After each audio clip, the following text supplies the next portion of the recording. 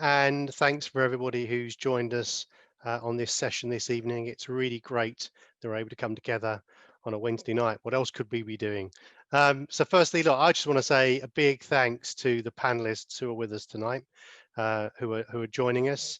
Um, we have a great diverse set of people here who have got different experiences and are on different journeys in their career. And it's great to have Winnie, who's from Barclays, and she does a lot of work within, well, she works for HR, and she'll explain more about that in a moment. We've got Keith Starling, who's also in finance, and we've then got Julian, who's in design, who's in architecture, and he'll explain more about that as well. So we've got a real suite of people who can give different viewpoints in different ways. I think before I get going, I just want to remind you, we do have the poll. And when I maybe get on to speaking to Winnie first, maybe we'll move to the second poll so we can start to get a bit of a flavor in a moment. But if you do engage with the poll, I do believe the polling is anonymous. So if you can, you can click the button that you feel comfortable with, and that should be fine. What we would say is once Ben's got all the information in, I think we've got 3 more polls to go. So there's 4 in total. As I go to each individual, we'll maybe switch to the next poll. That might be the best thing. And then hopefully then we'll get a just bit of a snapshot of how people feel about job security, about job performance, the job market, and mental health, which is really, really important. And then once we get a flavor of that, we'll hopefully direct our conversation this evening. So whilst we're getting to know the panelists, just please feel free, just those who haven't had an opportunity, just click the button, please do. So firstly, I'm going to come to Winnie, and Winnie, it's been about 3 or 4 years since we've worked together at Barclays, and we had a great time most of the time. I think I was chief of staff there at Barclays, and you were my HR business partner, where we had to make sometimes tough decisions for a Mhm. broad set Yeah. of people across the world, but we also made great decisions to do a range of things to ensure there was better collaboration and better communication with our staff to keep them motivated in the good times and the bad times.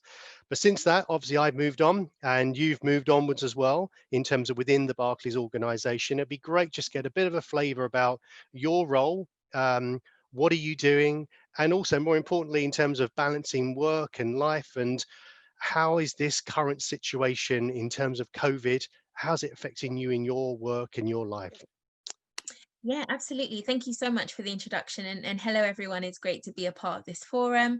Like Neil mentioned, my background is in HR. So my career started out in learning and development, moving into HR business partnering, looking after global teams, which I really enjoyed. But then I've also had some more experience working in the retail banking industry, actually. So after working with Neil, I went into a client facing role, working to kind of help customers in a skill leadership capacity. So looking after teams of up to 14 kind of teams at a go in my last role. And I currently look after diversity and inclusion for Barclays UK, which for me has been an amazing opportunity to kind of put my passions into play and help make Barclays UK more inclusive for different colleagues across the business. In terms of how COVID has impacted me, I think being a mom of 2 really young ones, I've got 2 toddlers, I think the best thing has been work-life balance for me. Usually coming back from work in the evenings, I just come straight home to my children because I felt like that's where my attention was most important. But it's been a great opportunity to be a part of forums like this. I love public speaking, being in HR. One of my biggest passions is helping people achieve their ambitions. And actually, whilst the COVID period has been very challenging, I think it's also presented a lot of opportunities to connect with people that I usually wouldn't have had a chance to, because we get to have virtual forums like this. So we'll talk a little bit more about opportunities and also challenges, but just thank you all for having me. And that's just a brief intro to myself. Great, thanks, Winnie, and it's really, really good. And there's just one thing in terms of COVID, and I know you said about coming home to your family. In terms of what you're seeing Barclays and other organizations, do you think people are adapting well as organizations generally across the board? How do you think they're responding to this? I think there's almost two camps. So for me, the greatest thing that has stood out has been the level of innovation. I think the COVID period has moved so many agendas forward in a way that I would not have anticipated. So technology has moved leaps and bounds. Collaboration across teams has had to happen virtually very quickly. I know at Barclays, when I was working in the client-facing space, we'd been able to come up with solutions for customers that we'd never had before. So, for example, our India call center closed because their lockdown rules were actually much harsher than ours, in the sense that people couldn't actually go to work in India. And we had to get all of our branch-based colleagues answering customer calls in less than a week. So coming up with new systems, training teams very quickly to deal with customer issues just showed how much innovation took place really quickly at a pace that it wouldn't have happened before. But in terms of people getting used to it, there's absolutely been challenges. I think it's just shown also a massive gap for organizations understanding the needs of people.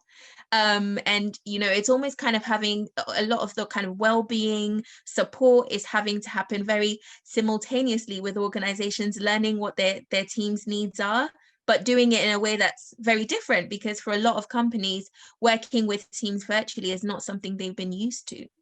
And then I think from an individual standpoint, I meet colleagues every day who are either very happy to be home or colleagues who are really struggling. So there's lots of mixed camps. I think it's been a very interesting period for all of us, but there's definitely been positives and a lot of negatives, and lots of colleague and personal issues to manage as well. Okay, great. Thanks, Winnie. Appreciate those comments. So Keith, let's introduce you. So Keith, I mean, out of everybody, you and I know each other a very long time, and gosh, I think since I was 11, I knew you, Keith. So it's only been 10 years.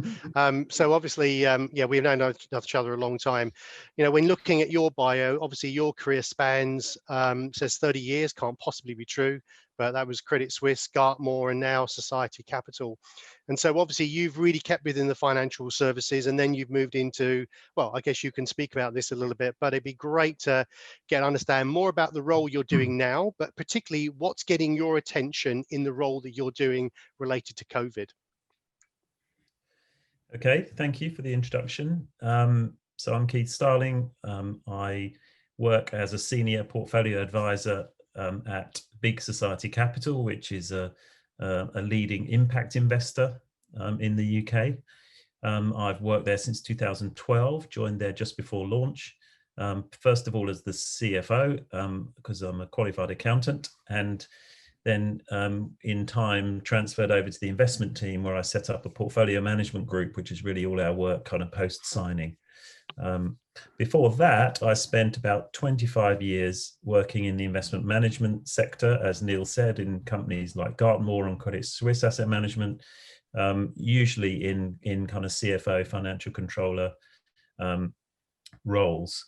I also, at the moment, as well as my Big Society Capital role, am a trustee of various charities, such as the Connection at St Martin's in the Fields and Mayday Trust and Bible Society. So have a bit of what you might call a portfolio career. I took the decision to move into impact investing because, to be honest, at the end of my time at Gartmore, I was really looking for a role in a charity, just wanted to kind of help people improve their lives. And this job came along, which really combined my ambition to work in charity with the experience I'd had in investment management. So was really privileged to be there for the setup of the kind of impact investing sector in the UK. In terms of COVID and how it's affected me, well, clearly we're working from home, which is something that I don't really like. I'd much rather be out and meeting people. But we have to get on with it and do the best we can. I would say my dealing with the charity sector, we faced a perfect storm at the beginning of the crisis, in that many people were expecting a complete collapse in fundraising and giving, at the same time see great need. And so we spent the first few weeks doing lots of forecasting, working out how we might keep the charities that we're involved in business. At Big Society Capital, we put lots of new finance lines in place. We worked a lot with government and with other financial institutions to make sure that everybody in the social sector had enough liquidity and had enough funds to keep them going through the crisis. In the end, it's turned out, for two reasons, not to be so bad. And I think the first thing is most charities fundraising has been maintained. People are being very generous. There's lots of trusts and foundations that have been very generous with their money. That said, if charities relied on events or shops, then that was difficult. Also, Rishi was very generous, and lots of government schemes emerged to help people. So it hasn't actually been so bad. But I think I've been busier, I would say, worked longer hours and had more meetings during this time than I did before. But it's been challenging but fun, and actually the sector is emerging pretty well, and hopefully we've helped some people in the meantime. Great. Thanks, Keith. Really good. And I'll just come to Julian last, but not least, but not last. But Julian, obviously, we've also known each other quite a while as well, and on and off the slopes, as we were chatting a little while ago, which is great. And hopefully we'll be there again next year. Obviously, I've seen you grow in your career over the years in one of the leading sort of practices, architectural interior design practices, which is absolutely amazing. And I've seen some fantastic creations come from you and your team, and it's been a pleasure to work with you over the years. You're obviously managing a large team, and it'll be great to get a little bit insight into the role that you every day, but also in terms of how you balance that, and also managing such a team as well. And so just give us a little bit of insight into what it's like for you, Julian. Well, thanks, Neil, and great to be here. I've heard a lot about Hillsong over the years, and it's fantastic to get to be a bit of a part of it for an evening. Who knows, maybe I'll get a bit closer involved as time goes by. Yeah, I think, a crisis reveals really what was often already there. And I think it really reveals the precarious nature of things for people. We all search for certain things. As architects, we're doing a lot of work for, big corporations, headquarters buildings around the world and so on. But ultimately, those projects are not really about the buildings, they're about the people. And they're typically about the communities that we're trying to create and nurture. And I think, as I say, in a crisis, I think it really it throws these things into stark relief. So management is one thing, but actually what's required at the moment is leadership. People are striving for community, but if we're not careful, people can be falling into isolation. And it goes on. And what I've seen over the years, and I chatted to you about this, Neil, the other day, there are some companies out there that people want to work for because they can earn a lot of money there. But if you look at some of the stats and some of the lists and some of the popular writings currently, they're not necessarily the companies that people want to work for. People are feeling they need something more than just the cash in the bank. It's nice, obviously, and very important. But if you look at the list of companies that are sort of best to work for, and Fortune 500 publishes a great list of these annually, they're companies that are defined by different things. Is there a sense of purpose? Is the company transparent? Is there a clear objective? Are there opportunities in there for me as an employee? So yes, sort of finishing where I started, crisis throws everything into relief. It really shines a spotlight on what was already there. And I think a lot of us can possibly question where we are in things and actually say to ourselves, do we want to be rudderless, or do we want to look at ourselves in terms of some self-development in the midst of all this and see something come out of this? Great. Thanks, Julian. So you've got a good understanding now of our three panelists, very diverse sort of careers and things they're up to, which is fantastic. And Ben, I'm our chief technical person. Ben, obviously we've got 4 questions that we've thrown out there. Could you maybe give us an indication of which one you think people are saying where we need to focus at the moment? Yeah, sure. So thanks everyone for responding to the polls. Neil and panel, if I give you, I'll basically give you how the 4 questions came out, and then Neil, I can let you just decide where you want to take it. So the first question, which was, are you concerned about the potential of losing your job at present? There's 41% said yes, and 62% said no. So a pretty even split across the attendees this evening. The second question, which was about job performance, which was, if you are currently employed, do you feel that your performance is being affected by the current situation? We had nearly 60 people, 59%, nearly 60% say that yes, they do feel like their performance is being affected. And obviously the other 40% or so said no. The third question about the job market, if you're currently not working, are you concerned about how to get back into your next role? And real even split on this, 53 said yes and 47% said no. So almost half and half on that one. And finally, the mental health question, if the COVID lockdown situation or prolonged working from home continues, would you be concerned about your mental health? Nearly 70% said they would be. Neil, I'll let you decide where you want to take that. I think a few things coming out of that, but all yours. Great, that's really helpful. So I think let's maybe go to mental health. I think that's really, really important. And for me, I would just say that in my previous role, working in a larger organization, I can remember there were people who were affected by different situations in different way, and no one can ever judge.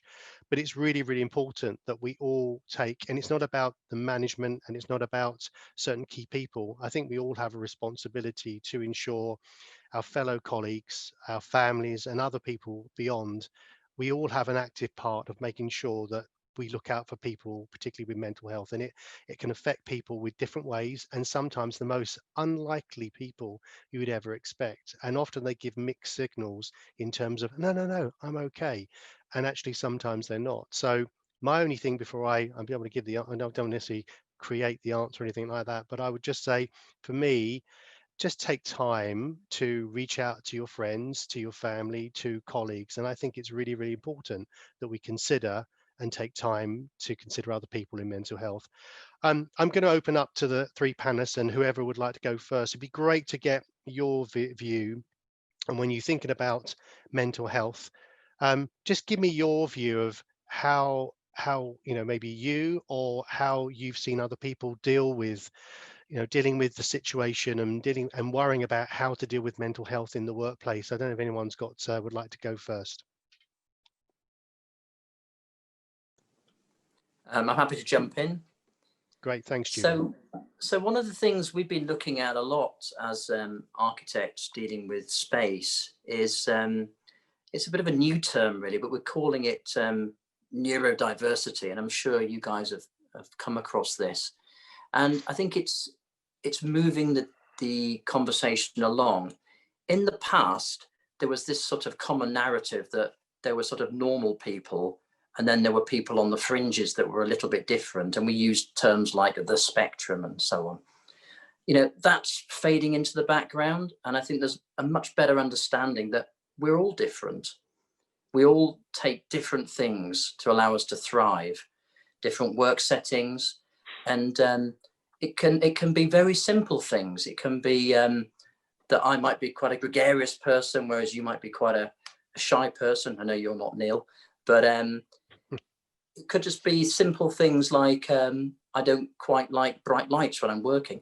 Anyway, this is about being mindful of these different personality types.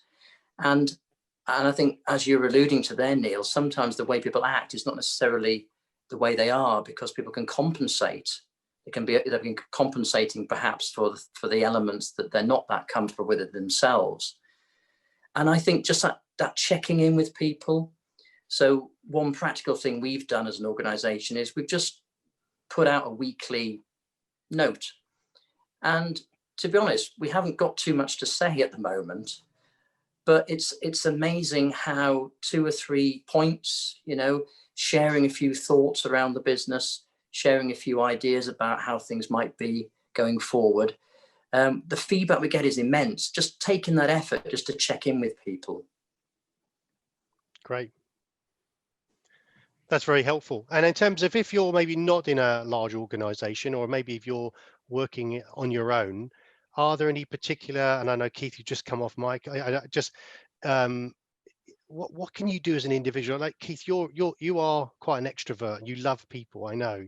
So, you're locked up in a box. How do you deal with that? Yeah. And it is difficult and not natural for me. I think the first thing to say is try and stay in touch with as many people as you can. Talk to people as much as you can. Set up Zoom calls or phone calls to just stay in touch. And try and talk about things as much as you would if you're in the office, and try and make it as natural as possible. I think one particular thing that jumped into my mind, which is difficult, is when you make a mistake at work, which we all do. When you're in the office, it can be quite easy to recover from that, and you can just go and talk to someone, or you can just make sure that people are happy, and it can be quite reassuring. If you make a mistake when you're stuck at home all on your own, I think it can become a bit overwhelming, and it's worrying, because you think you can't, it kind of can take you days and weeks to recover because you haven't got the chance to chat to people. And that is one thing which I think has jumped into my mind as we were talking, which is, so it's just important to reach out. It's important to look for that support. And I think the other thing is help other people. There's nothing that makes you feel better than if you help someone else. So go out of your way to kind of contact someone, offer a hand, offer some support, offer some encouragement, solving a problem for them. Just reaching out in that way can be enormously beneficial for your own mental health as well as theirs. Great. Winnie, do you want to get some thoughts?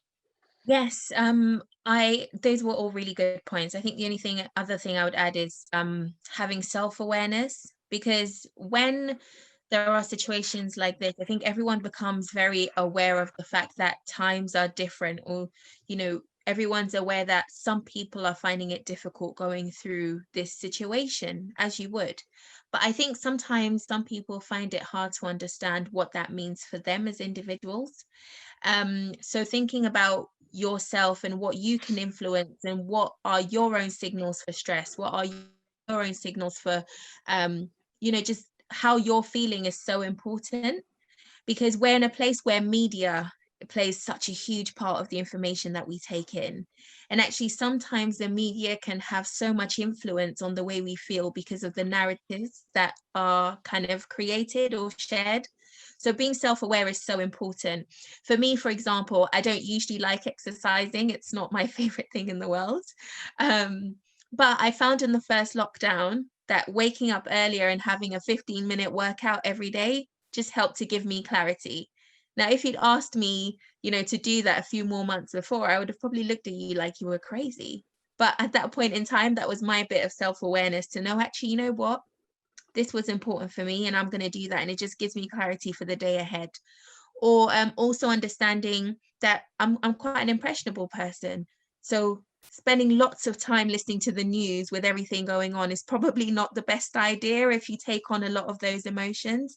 So just being very understanding with yourself about what your boundaries are and what works for you is so important. If not, I think you can end up kind of jumping on the wave of how everybody else is feeling because of the narrative that's being spun around you, or doing things that seem like they'll be the best way to deal with the situation, when actually that's not the best way for you to deal with that situation as well. So that's just the other thing I would add. That's great. Thank you. And just one thing I was going to throw out to you, it's really interesting. One situation I'm aware of was an individual once recently came to me and said, I can't get to work in that team. They really don't like me. Oh, well, why don't they? Well, this person never talks to me and this person never does that. And I went, oh, okay, fine. So let me see what I can do. In a management meeting, I chatted with the other team and said, how do we get this person more involved? How do we create some more inclusivity? The individuals that this person highlighted that was none of them liked me were the ones that said, no, let's get this person more involved. Let's do this. And it was quite interesting when I went back to the individual to say, well, actually, did you realize the ones you said that they don't like you and they didn't want to include you are the ones that have said, let's get more of this person in. They would really value. My point is, when you work in isolation and you look at a situation, sometimes it magnifies it even worse, and it makes it feel a lot darker than what it is. And I think that's probably the situation often of working in home. So I think picking up on what you've all said, communication is really, really, really important. And we need to, even if you're feeling the worst of that day, you need to reach out to people, because I think it's really important, because I think sometimes things do look worse than what they really are. And I don't know if there's any final comments from any of you three before we move on to the next question. We'll leave it there. So I think the next one, we'll move on to performance, work performance. And I guess now, Winnie, you've spoken a little bit about this fantastic bit of regime of doing this high intensity workout in the mornings. But how do you what are real performance boosting tips to keep you going? Because we've got a couple of weeks left to go. The restrictions will still be in part. How do you create performance? How do you keep it going? What do you do, Winnie? So there are two things I'll reference in regard to this. So I know performance is something from a context of the workplace. One of the things that people need to also recognize is setting a benchmark for what success looks like is important. And in times of crisis, you have to remember that there are elements that you can't control. So resetting that benchmark of what performance or good performance looks like is important. So if you're working currently and you haven't already had a conversation with your manager about what good looks like and recalibrating those expectations because of what's happening around you, then please do that. For me, for example, with the first lockdown, I had both my children with me. So being able to have a conversation with my manager to say, realistically, what does good look like and how do we actually work to achieve this was very important, because by resetting the benchmark, I had a much better chance to succeed. It meant that I was able to create a work-life balance that meant I wasn't compromising my well-being, but I also could succeed because I felt like it was a more realistic benchmark for what success looked like. So that's the first thing. The second thing I would say is think about what makes you the most productive. So when I say productive, I don't just mean from a work kind of context in terms of what you're delivering, but also with that kind of work-life balance standpoint. So for me, for example, I find that during the day, I just like to focus on my job. And then when I'm done with my work, I'm done with my work. So that means I try really hard not to procrastinate within work hours, because I like to make sure I have my time in the evenings to just have my me time. I'm also trying to pick one meeting per day that I can do on the phone while I'm walking. I was averaging about 600 steps a day over the last few weeks, which was horrendous to think. And just by making a switch to making one phone call a day that I could do while I walked outside just made a really big difference, because getting some of that fresh air, fresh thinking, getting some steps in during the day made me feel not just productive at work, but also productive just in my personal life too, and not feel stagnant the whole day. So I think thinking about what makes you productive, what times of the day are your most productive hours of the day? Use those wisely. What are the times when you feel like you're going downwards in your slope? Plan certain activities for that time. So for example, you might want to have your most important meetings or critical thinking in the morning, if that's your best time. But then maybe in the afternoons, maybe you might need an extra cup of coffee to get yourself going. Maybe that's email time. So just think about how your productivity correlates with performance. And I think those are my two top tips.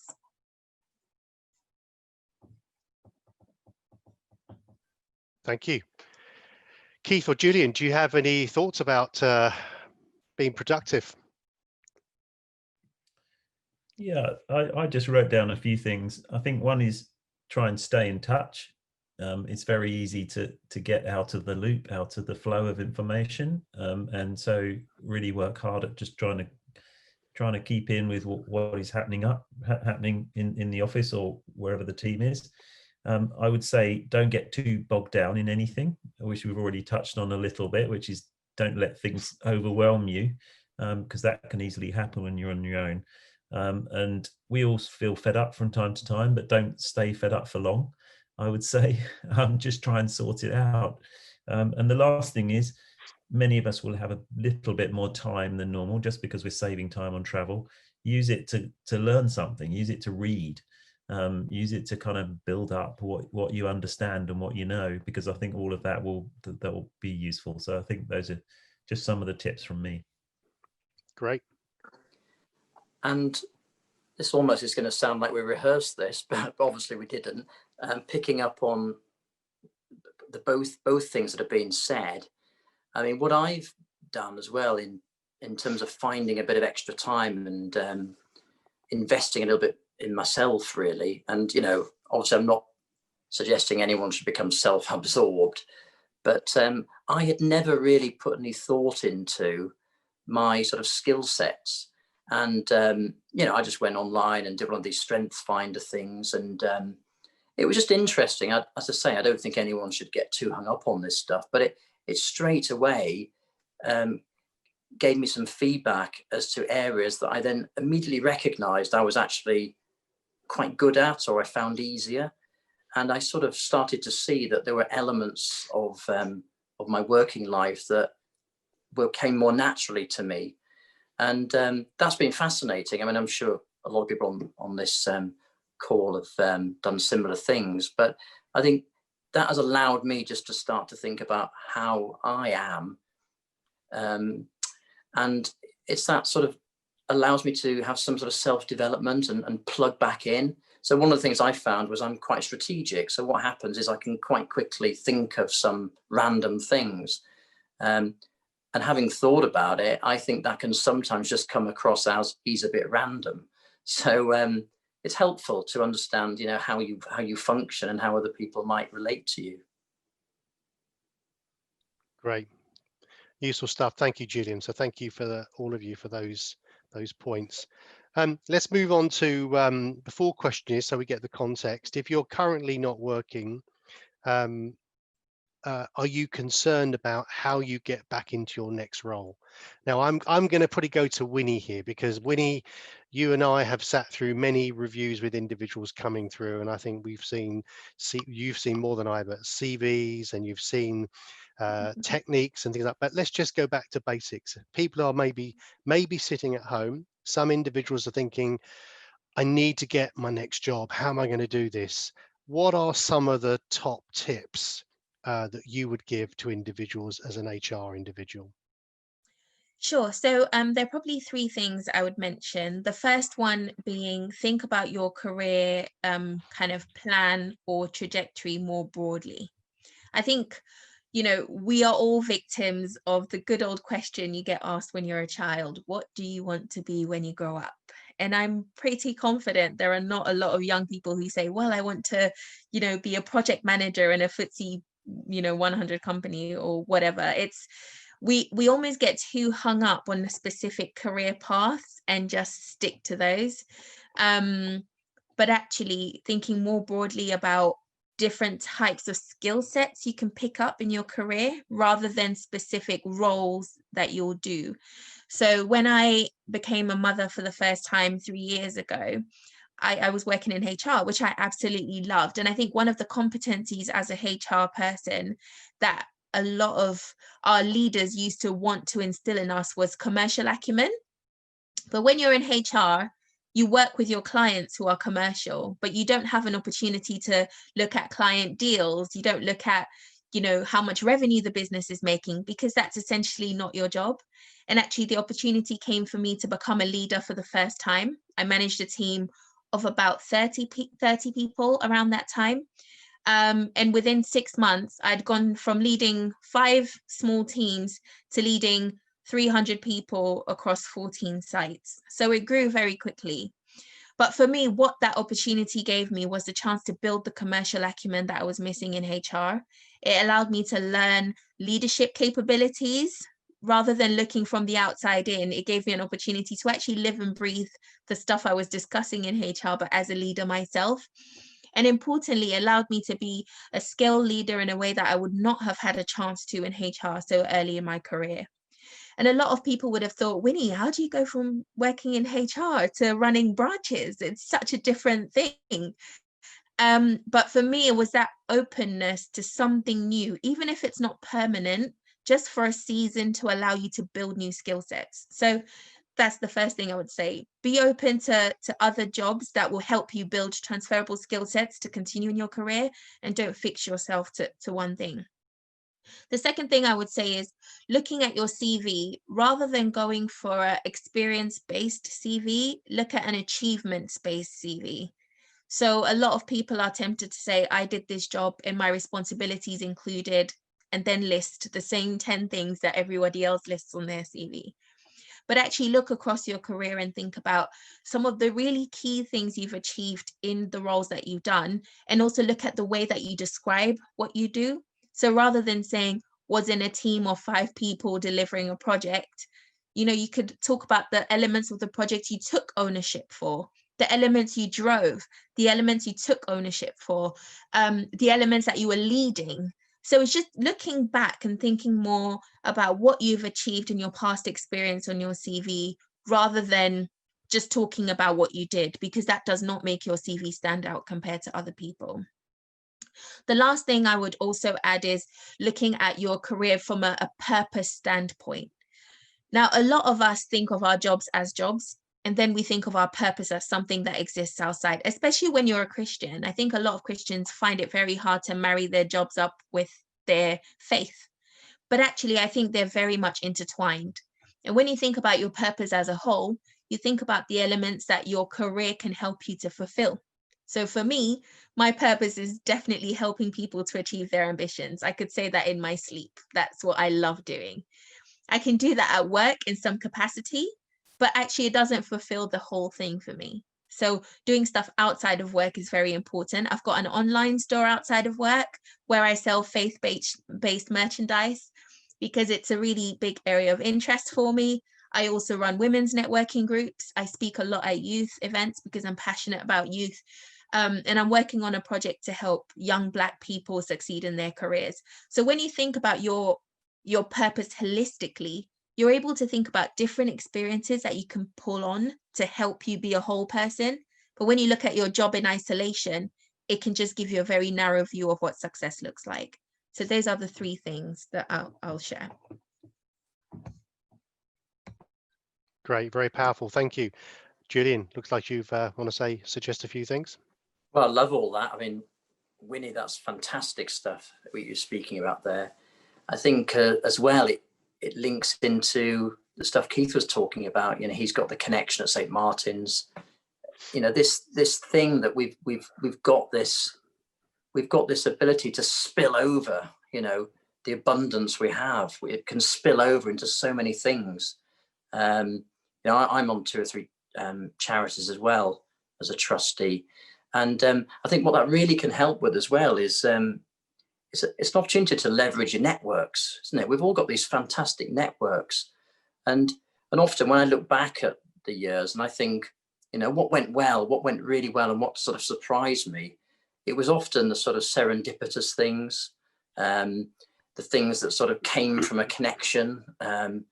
Someone just happened. I mean, tonight, look at this. I mean, met Neil. Here we are. We're chatting about really important things, and I think this opportunity at the moment with lockdown and so on is definitely an opportunity to leverage our connections, and as you say, I mean, spill over into other areas. There's a lot out there that we can add to. That's great. Thank you. Keith, did you have any other points to echo anything else? Yeah, I mean, I wrote down relationships, which is probably my answer to every question. Talk to your friends, talk to ex-colleagues, your network. I would say keep your confidence up. That's an important thing. Confidence is the key. And some of the things that Winnie and Julian have been talking about help to do that. But practice articulating your plan, because I think being able to do that very succinctly and clearly is really important. And the last thing is, I've written, keep calm, pray, talk to Christian friends, just try and keep yourself grounded and on track. And yeah, anything to build your confidence is worth spending time thinking about. Great, thank you. So just picking up on that theme of confidence, and I'm going to come back to you, Keith. The other poll question that we had was around, are you concerned about the potential of losing your job? So I know it was a little bit less. There's slightly more people who are saying, no, I'm probably okay, but there's still a big group of people that have uncertainty. Keith, over the last 30 years, you've seen a number of financial crises. You've seen a number of things go through. So out of most people on this call, you've seen a lot of uncertainty. And I guess what I'd love to know from you and then the others, how do you deal with uncertainty? How do you deal with that? Yeah, I've sat through many rounds of restructuring, as it's called in the financial services sector, been made redundant twice, and dealt with lots of other people along the way. I would say what I usually say to people is, in those circumstances, keep trying to work hard. Don't get too distracted by the things that are going on around you. Make sure you carry on doing the right thing. Be diligent, be responsible, be trustworthy. I think all of these are values that are important to us as Christians, but also incredibly important when you're going through a time of uncertainty. Also, keep learning and growing. So especially if it's a long period where you feel uncertain, you think you might lose your job, don't give up learning and growing, because I think that's important, and will put you in the same situation. Again, relationships, work on it. Relationships in the firm, outside the firm. And I would say what always reassured me was staying in touch with all the opportunities that there are out in the world, and just always beware of kind of what's going on and where there are projects that you might work on, because you just find having something that you think you can go to is a great way of giving yourself confidence and reassurance at a time when you feel very uncertain. Thank you. The other panelists, any thoughts?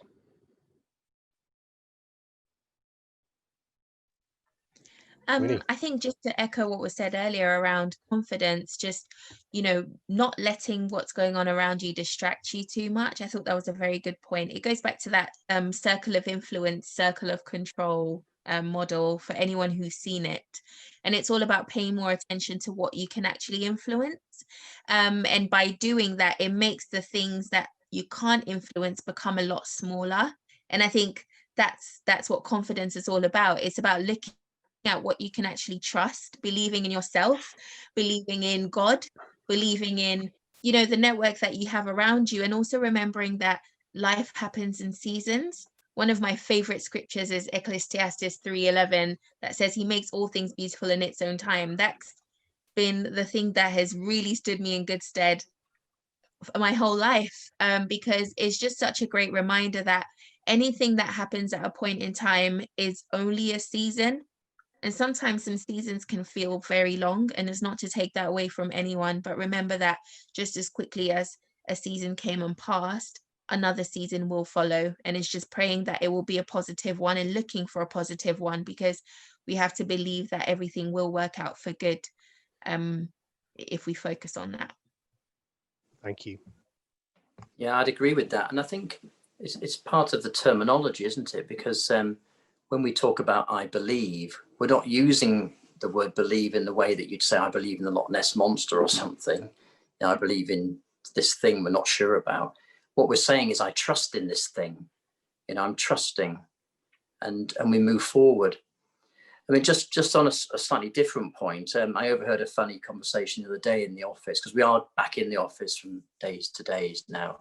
But there were two guys in my team talking, and one of them was saying, oh, could you do this? And the other guy went, well, it's not a 5-minute job. And then the other chap said, he just started laughing, and he just said, look, who told you being the best at what you do would be a 5-minute job? And they just like fell about laughing. And I thought that's brilliant, because they had this aspiration. They weren't just going through the motions. They actually were looking at what they were doing and trying to make it better. And I thought, wow, these guys are both going to do well, because it's like, that's infectious. People want to be part of that. And, that's how teams are formed. Totally agree. Really good. So we're going to take a breather for a second. I'm going to come back to Ben, and you may see more of the chat than I can. I can see there's been a couple of questions to Keith, and Keith I think he may have come back and responded. Are there any other questions, Ben, that we need to respond to? No, I think I'd encourage people at this point, if there's a question or something that's been burning while these guys have been chatting, now is your moment to just throw it in the chat, and then over the next couple of minutes we can pick up on them and ask the question. I think one question that I always have, and I always love to ask people just to get the ball rolling, as for any of the panelists, is there any book or we live in the modern age, any sort of resource that you've read over your career, something that has, a book that's stuck out to you, something that changed the way you thought or that inspired you, that you would be able to recommend? It might have been this year, or it might have been 10 years ago, and it just jumps out. I can actually recommend one I've just been reading over the first lockdown, and it's been such a game changer. It's called Be the Leader You Want to See by Susie Ramroop. And what I love about the book is that most of these kind of leadership books or self-help books usually talk about like this utopia of all these things you need to gain or be before you can be a phenomenal leader, or all these prerequisites. And Susie's book is all about understanding that you are already a leader before you begin, and thinking about the fact that people are looking at you, whether you like it or not. So how do you make sure that you're just the best example of the leader that you want to see, so that when people are looking at you, you can be proud of what you're showing them?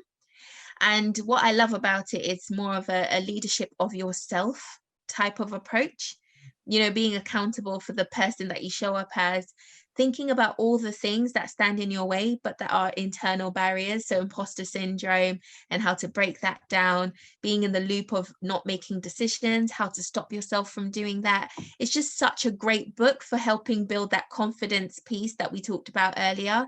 So I absolutely recommend it to everyone. It's such a great book. Amazing. Thanks. Any of you, Keith or Julian? One book I read during lockdown is called The Salt Path. I don't know if anyone else has read that.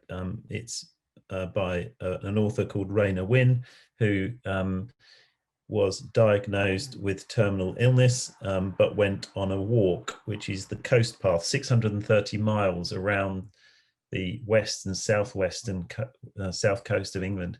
And it's a book of kind of determination and a drive, I suppose. It's not a Christian book, but it's just one about personal achievement and personal focus and drive, which so I recommend that. Oh, brilliant. Nice. And I can throw in a book I've just finished reading. I forget the author, but it's called The Bystander Effect. And again, it links into some of the things Winnie was talking about. We're all quite susceptible to being influenced by things without really realizing it sometimes. And it talks a lot about different scenarios where, public scenarios where people have acted or people haven't acted, and what is it about people that allows them to make a difference, even when their environment might suggest to them that they should sort of not do anything. So yeah, The Bystander Effect. Nice. Oh, thanks so much, guys. That's great. We've got just one question that's come through that just says, could you speak into the topic of taking leave during the lockdown, even if you're just doing nothing, as part of a strategy for maintaining sanity? Good idea. How do you do it? How do you do leave well in lockdown? I think that's a great question.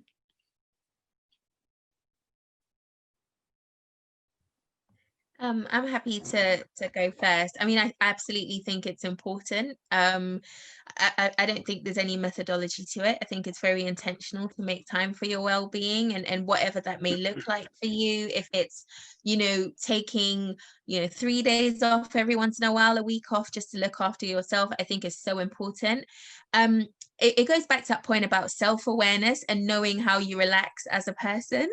So some people find it easier to stay busy so they don't have to sit and think about things and ruminate, or some people find it easier to be productive. Some people prefer to be social, and in which case, using up all of your holiday during lockdown, knowing that you might not have any left, if we were to suddenly go back to normal in March, may not feel like the best thing. But I think it goes back to knowing what makes you feel good, what makes you relax. So for me, taking time off to just binge on Netflix is just amazing. So I do recommend that, but think about what's good for you, and how you can utilize that time in a way that works for you. Because equally, if you don't like to sit and do nothing, taking lots of time off to just sit and think about the situation is also not the most productive way of spending your time. Yeah, that's great. Julian, were you going to say something? I see you've unmuted. Well, I think if anyone's got a garden, gardens are tremendous things. They're a lot of hard work. If you haven't, getting involved in something you don't normally do, doing something with your hands, I can recommend, even if it's on quite a small scale. Because I think what happens with work is it's the same buttons get pressed every day. And there are many buttons in our minds, and it's good to press some other buttons we don't typically press. And it just resets things, in my experience. Yeah, that's great. Just in the interest of time, I'll jump. We've got 2 more questions, I think, maybe before we wrap up. The first one is, would you have any advice specifically for career changers or graduates in the current climate, where gaining experience could be difficult?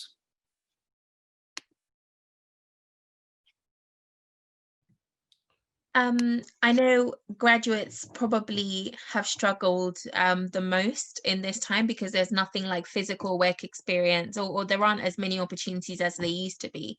What I recommend doing as a grad is looking at your LinkedIn presence. So how are you engaging with connections that you're making on LinkedIn? I've had so many grads message me over the 2 lockdown periods, but what's been great is that I've had a lot more time to reply, looking at CVs for people I'd never met before and replying to things. Also look at, like I said before, your career at work is not your only aspiration. We are in a digital age where there's so much stuff that's accessible. I know Julian spoke earlier about investing in yourself and your knowledge. That's very important. But think about something of your own that you can start, like a mini project, a networking group, join another networking group. It's a great opportunity to just connect with people and create new dialogue that you wouldn't have had a chance to do if we weren't all at home. Yeah, brilliant. Keith, I noticed that you unmuted briefly at the beginning. Did you have a thought on that too?